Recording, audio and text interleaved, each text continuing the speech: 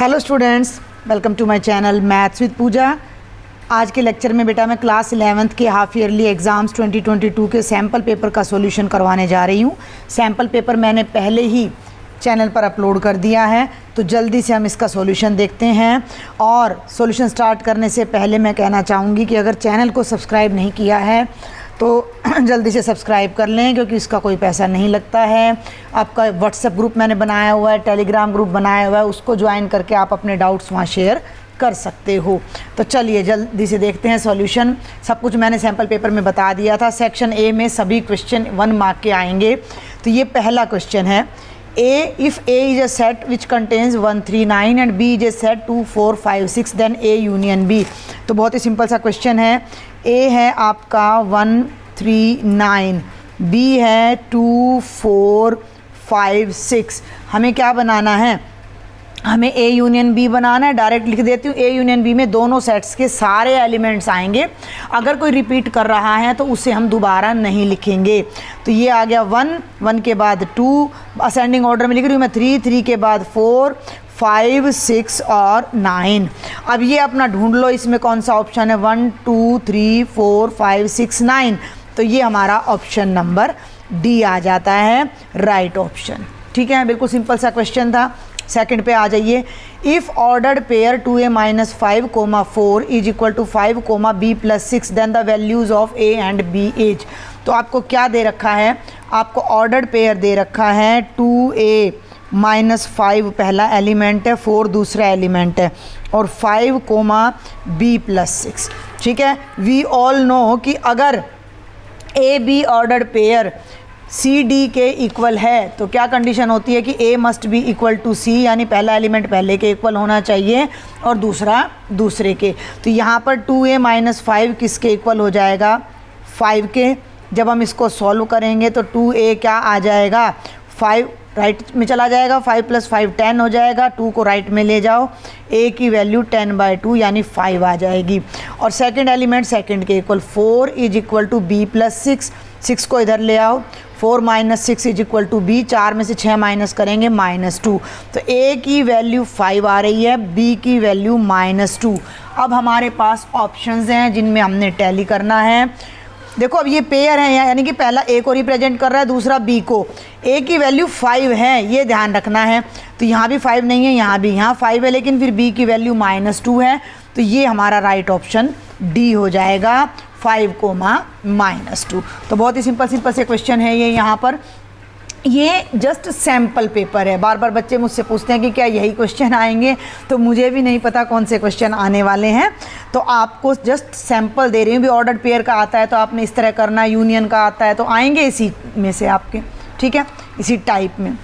ये बड़ा ध्यान से देखना इसको। इफ़ a क्रॉस b ये सारा है तो a और b क्या होंगे, इसी में से बताऊँ मैं।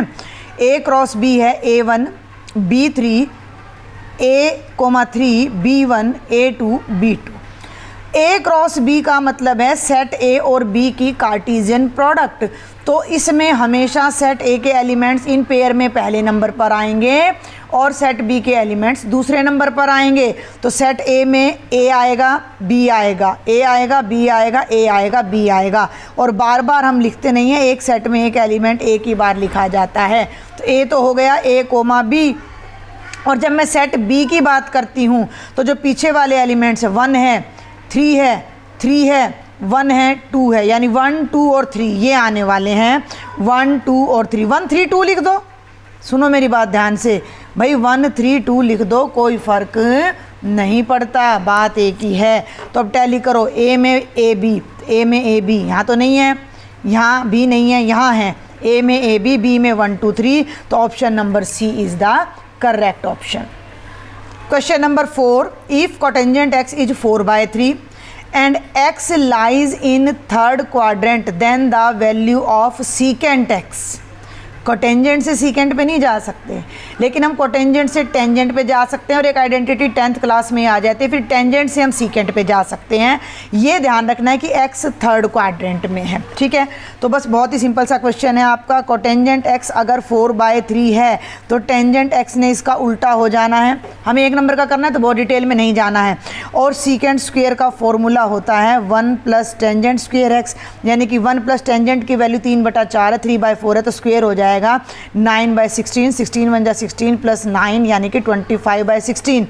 अब जब हम दोनों तरफ अंडर रूट करेंगे तो सीकेंट की दो वैल्यूज़ आने वाली हैं ±5/4। अब आपने इसमें से एक वैल्यू चूज़ करनी है एज पर द साइन।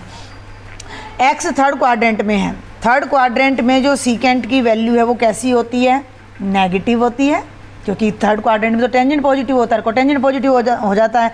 तो यहाँ पर सीकेंट एक्स की जो वैल्यू आएगी वो -5/4 आएगी और वो आपका ऑप्शन नंबर डी है। आप अपने क्वेश्चन पेपर में देख लीजिएगा, ठीक है। क्वेश्चन पेपर के PDF का लिंक भी मैंने जब क्वेश्चन पेपर डाला था तो उसमें डाल दिया था, तो आप वहाँ से PDF भी ले सकते हो। क्वेश्चन नंबर 5, ये आपका चैप्टर 4 से आ जाता है। If P of n is n+1 2n+1/6 then P of 2 is, बहुत ही सिंपल सा क्वेश्चन है ये, वैसे फंक्शन टाइप का ही हो जाता है। P ऑफ n है n+1 2n+1/6, P2 निकालना है तो n की जगह 2 रख दो, 2 यहाँ 2 रखोगे, 2 + 1 3, यहाँ 2 रखोगे, 2 × 2 = 4 + 1 5 डिवाइडेड बाय 6, 2 × 3 = 6 और हमारा आंसर 5 आ जाएगा जो कि ऑप्शन नंबर बी है। Come to the question number 6, if z = -3 + 2 iota then z bar. z bar का मतलब होता है बेटा z का कॉन्जुगेट, और कॉन्जुगेट में सिर्फ और सिर्फ आयोटा वाली टर्म का साइन चेंज किया जाता है, ये बात आपने ध्यान रखनी है। -3 + 2 आयोटा है तो जो z बार होगा ना सब यूँ का यूँ रहेगा। आयोटा वाली टर्म अगर पॉजिटिव है तो कॉन्जुगेट में नेगेटिव हो जाएगी, आयोटा वाली टर्म इमेजनरी टर्म अगर नेगेटिव है तो कॉन्जुगेट में पॉजिटिव, इसको नहीं छेड़ना। तो -3 ये प्लस का था, ये हो गया -2 iota. This is the right answer और ये हमारा ऑप्शन नंबर ए है। आप इसमें अपना चेक भी कर सकते हो। 7वें पर आ जाइए, the value of iota power 9। अब आयोटा की पावर कितनी भी ले लो, 4 ही वैल्यू आती है, 1 -1 आयोटा माइनस आयोटा। तो आयोटा की पावर 9, ये बहुत सिंपल सा क्वेश्चन है एक नंबर के हिसाब से भी। इसको मैं लिख दूँ आयोटा की पावर 8 × आयोटा, 8 और 1 9 हो गया, पावर ऐड हो जाती हैं। आयोटा की पावर 8 को मैं लिख सकती हूँ आयोटा स्क्वेयर की पावर 4 × आयोटा। आयोटा स्क्वेयर होता है -1 की पावर 4। अब -1 की पावर 4 करोगे तो 1 की पावर 4 होता है, माइनस को 4 बार करोगे +1 आएगा और ये केवल और केवल आयोटा बच जाएगा जो कि आपका सी ऑप्शन है, ठीक है। बहुत ही सिंपल से 1 मार्क के क्वेश्चन हैं आपके। 8th है the value of 5p3 permutation, ठीक है। NPR का फॉर्मूला आपको याद होना चाहिए। NPR होता है n factorial by n minus r factorial. तो हमें निकालना है 5p3, तो 5 factorial by 5 minus 3 factorial. 5 factorial by 5 में से 3 गए भाई 2, 5 फैक्टोरियल को खोल लो, 5 × 4 × 3 × 2 फैक्टोरियल बाय 2, कैंसिल 5 4 जा 20 23 जा 60 हमारा राइट आंसर आएगा जो कि ऑप्शन नंबर बी है आपके गिवन ऑप्शंस में से, ठीक है। चलते हैं क्वेश्चन नंबर 9 पर। इफ़ NC12 NC8 के इक्वल है then what is the value of n। ये डायरेक्ट रिजल्ट है, पहले मैं आपको रिजल्ट बताती हूँ। अगर NCP NCQ के इक्वल हैं तो 2 ऑप्शन होते हैं, या तो P और Q बराबर होंगे, और अगर P और Q बराबर नहीं होंगे तो जो n की वैल्यू है वो इन दोनों के सम के ऑलवेज इक्वल होती है। साथ साथ रिवीजन करा रही हूँ ताकि इस टाइप का कोई भी क्वेश्चन घूम फिर के आए तो आपको प्रॉब्लम ना हो। तो NC12 NC8 के इक्वल है। अब ये दोनों इक्वल नहीं है, इसका मतलब इन दोनों का सम n के इक्वल है, तो n की वैल्यू 12 + 8 20 आ जाएगी जो कि ऑप्शन नंबर ए है, ठीक है। आगे बढ़ते हैं। 10th क्वेश्चन है 1.1, ये रहा 10th क्वेश्चन। 1.1 की पावर 10,000 इज डैश 1000, यानी कि ये वैल्यू 1000 से ग्रेटर है, लेस है, इक्वल है या नन ऑफ दीज, ठीक है। 1.1 की पावर 10,000 और एक तरफ है हमारा 1000, इसको पकड़ो। ये बनेगा 1 जमा 0.1 की पावर 10,000। ध्यान देना मेरी बात पर। ये बनेगा 1 प्लस 1/10 की पावर 10,000। और हमारे पास बाइनोमियल में रिजल्ट होता है 1 प्लस एक्स की पावर n होता है 1 plus n x plus n into n minus 1/2 into x square and so on.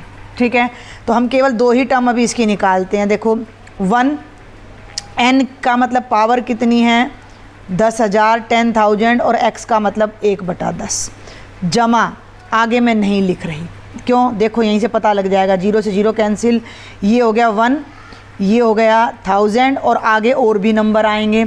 अब 1000 में 1 ऐड करोगे तो 1001 तो ये हो गया और नंबर अभी बाकी हैं। तो जब मैं 1001 में ये नंबर जोड़ूंगी तो ये तो सारे का सारा रिजल्ट जो ये वैल्यू आ रही है 1001 तो यहीं आ ली, तो आगे और भी बड़ा आएगा, तो ये 1000 से बड़ा होगा कि छोटा होगा, तो obviously this is greater than 1000। तो हमारा जो राइट ऑप्शन है वो ए आ जाएगा। तो ये जस्ट आपने कैलकुलेशन करनी है कि ये इससे ग्रेटर है।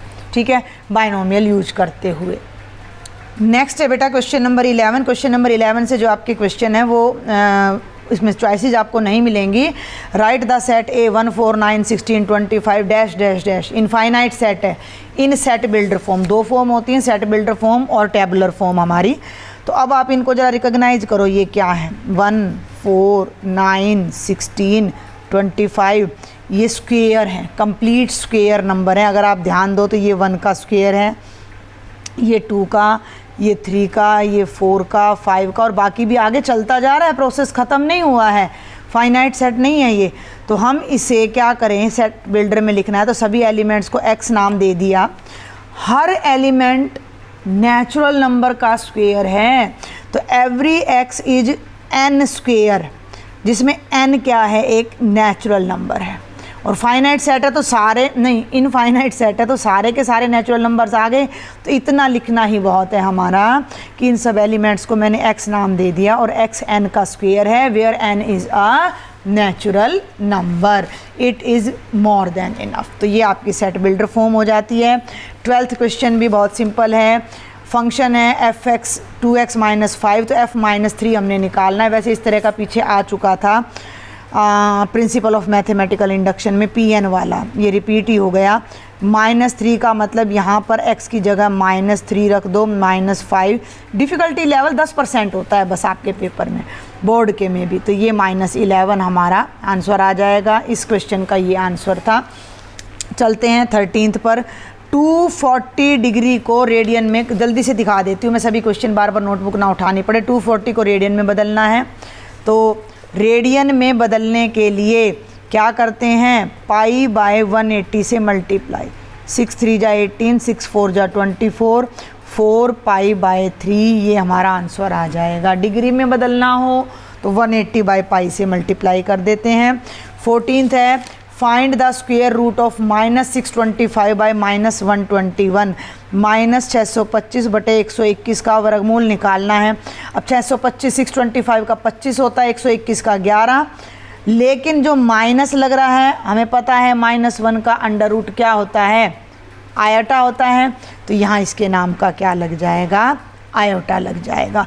वैसे इसके आगे प्लस माइनस लगाइए आप, क्योंकि 25 भी होता है अंडर रूट और -25 भी होता है। ठीक है, और ये लास्ट क्वेश्चन है 1 मार्क का। How many terms are there in binomial expansion a + 3b की पावर 4। ये वर्बल क्वेश्चन है।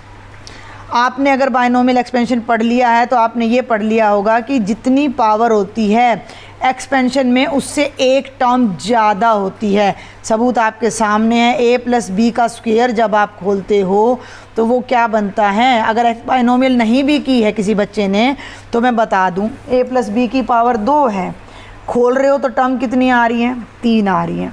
a + b की पावर 1 है, खोल रहे हो तो टर्म कितनी आ रही हैं, 2। जब आप a + b का क्यूब खोलते हो तो 4 टर्म आती हैं।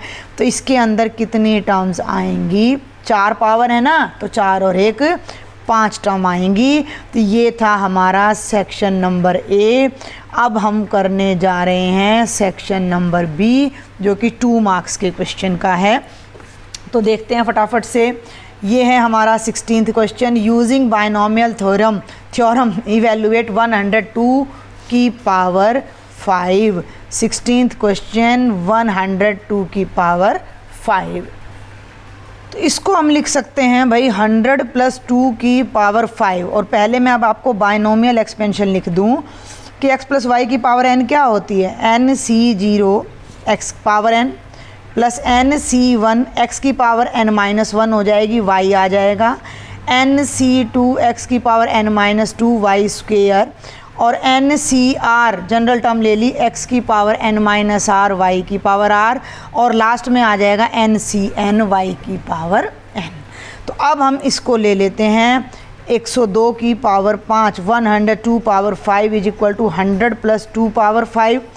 n की जगह 5 है तो 5c0, और ये हो जाएगा 100 की पावर 5 प्लस n की जगह 5 हो जाएगा 5c1, 100 की पावर 5 से 1 कम, 5 में से 1 गया 4, और 2 की पावर 1। बहुत ध्यान से करना है। 5 पावर है ना, कितनी टर्म्स आएंगी, 6 आएंगी। अभी अभी ऊपर पूछा है 4 पावर हो तो 5 टर्म आती हैं।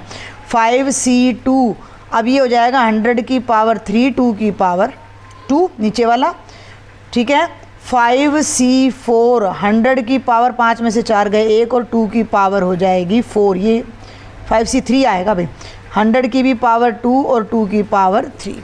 आगे बढ़ते हैं। 5c4, 100 की पावर इन दोनों का डिफरेंस यानी 1, और 2 की पावर ये नीचे वाला ये 4। 5c5, 100 ख़त्म हो जाएगा, 2 की पावर 5 रह जाएगी। अब ये कॉम्बिनेशन और इनको सॉल्व कर दो। 5c0 1 होता है। कुछ सिंपल से रिजल्ट्स मैं आपको बता दूं बाइनोमियल के। nc0 1 होता है, ncr n factorial by r factorial into n-r factorial होता है, ncn भी 1 होता है, और ncr ncn-r के बराबर होता है। तो 5c0 1 हो जाएगा। 100 की पावर 5 का मतलब ये 2 0 5 बार, 2 2 3 4 और ये 5। 5c1 का मतलब 5 आ जाएगा। ये रिजल्ट नहीं लिखा मैंने यहाँ। nc1 का मतलब n होता, खोल के देख लेना। तो 100 की पावर 4 का मतलब ये जो है 8 बार, ठीक है। 2 8 0 आ गए, 2 और 2 4, 2 6 और 2 8, और गुणा में 2 आ गया। प्लस 5c2 का मतलब 10 होता है। मैं आपको खोल के दिखा देती हूँ। 5 का फैक्टोरियल, 2 का फैक्टोरियल, 3 का, 5 गुणा 4 गुणा 3 का फैक्टोरियल, 2 फैक्टोरियल 2 होता है, ये कट जाएगा 5 दूनी। देखो बहुत ध्यान से करना है। 10 आएगा, 10 के ब्रैकेट में 100 की पावर 3 यानी कि 6 0 1 2 3 4 5 6, और 2 की पावर 2 यानी 4 आएगा। अब आगे और ध्यान से करना है। 5c3 और 5c2 बराबर होता है, तो 5c3 का मतलब 10 आएगा। 100 का स्क्वायर करोगे तो 10,000 आएगा, ठीक है। 2 की पावर 3 करोगे तो 8 आएगा। प्लस 5c4 और 5c1 बराबर होता है, तो ये तो 5 आएगा, गुणा में 100 आएगा, और 2 की पावर 4 करोगे तो 2 दूनी 4 दूनी 8 दूनी 16 आएगा, और 5c5 1 हो जाएगा, और 2 की पावर 5 करोगे तो 32 आएगा। अब ये सारी जमा हमें बड़े ध्यान से करनी है। पहले तो हम ज़रा चलते हैं। यहाँ कितनी जीरो हो जाए, 8 2 5 10 हैं भाई। 2 और 2 4 2 6 2 8 और 2 10, 1 2 3 4 5 6 7 8 9 10। अब ध्यान देना, 5 दूनी 10, और ये 8 जीरो थी, तो 2 और 2 4 2 6 और 1 जीरो और लग जाएगी, तो 1 2 3 4 5 6 7 8 9 जीरो लग गई। आगे बढ़ूँ, 2 और 2 4 2 6 जीरो थी, एक यहाँ से आके 7 लग जाएगी, और 4 और लग जाएगा, तो 4 के पीछे 7 जीरो, 1 2 3 4 5 6 7। 10,000 था, 1 लाख बन जाएगा, और 8 7 से 8 10 80, तो 8 के पीछे कितनी जीरो लग जाएंगी, 5, 1 2 3 4 5। आगे बढ़े, 16 पंजे 80, 80 को 100 से करोगे तो 8,000, और 8,000 में ये 32 जोड़ोगे तो 8,032। अब इनका करना है सम, तो ये मैं रफ में कर देती हूँ जल्दी से। 1 के पीछे कितनी जीरो थी भाई, देख लो, 2 और 2 4 2 6 10 जीरो थी, 2 4 6 8 10, और ये 8 और 1 9 जीरो हैं। 1 के पीछे तो 1 2 3 4 5 6 7 8 9, ठीक है। 4 के पीछे 2 और 2 4, 2 6 और एक 7 जीरो हैं, तो 1 2 3 4 5 6 7, यहाँ 4 आएगा। और 8 के पीछे 1, ये 8 लाख है, ये 8 लाख है आपका, ठीक है। तो 5 जीरो हैं, तो 1 2 1 मिनट 3 4 5 8 और ये है 8032, ये आपका सम आएगा। बल्कि ये 3 नंबर में होना था ये क्वेश्चन। 0 8 पर एग्जामिनर का भी कोई भरोसा नहीं होता कहाँ दे दे। तो ये आपका आंसर आएगा। मैं यहाँ राइट कर देती हूँ 11 0 4 0 8 0 8 0 3 2 using the binomial expansion. Question number 17 अब यहाँ आपके लिए इजी आ गया। 1/8 factorial plus 1/9 factorial is equal to x/10 factorial. तो हमने x की वैल्यू निकालनी है।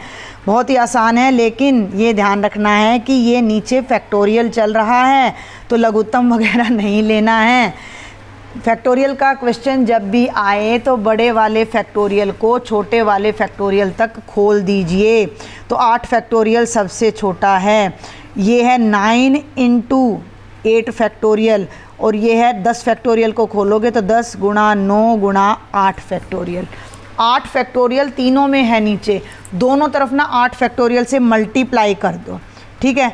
Multiplying both sides by 8 factorial. ध्यान देना हर टर्म को, इसको 8 फैक्टोरियल से मल्टीप्लाई कर दो जैसे लीनियर इन इक्वेशन में करते हैं, इसको भी 8 फैक्टोरियल से मल्टीप्लाई कर दो, और राइट साइड वाली टर्म को भी 10 निम 90 into 8 factorial.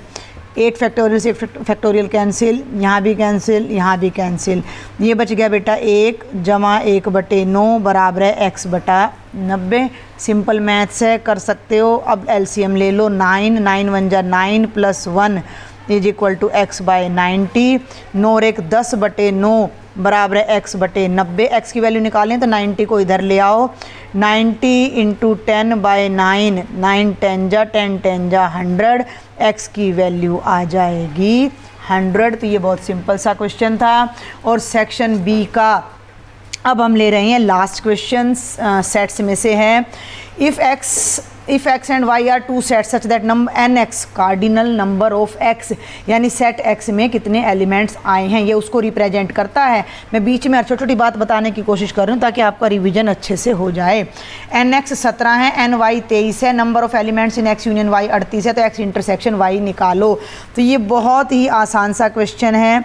Given that number of x 17, number of y 23, cardinal number of x union y 38 और x इंटरसेक्शन y हमने निकालना है।